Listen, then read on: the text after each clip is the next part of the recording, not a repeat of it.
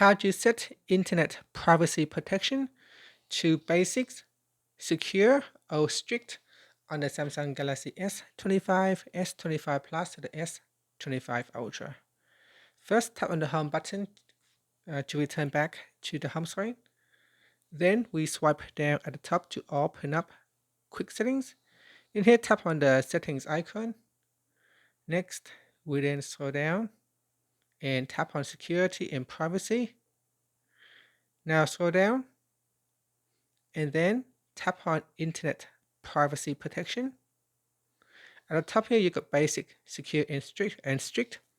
To change the settings here, you go down and you turn off some of the features here. When you turn some of the items in here off, it will changes your security type. So you can go all the way down to basics by turning off some of the items in here.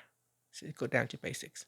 To increase it up to secure, you turn on some of the items in the list, and that will bring up your security to secure or strict. So we turn on everything that will set your internet security to strict, and that's it. So in internet privacy protection, just simply switch some of the items in here on or off to change your security. Thank you for watching this video. Please like and subscribe to my channel for more videos.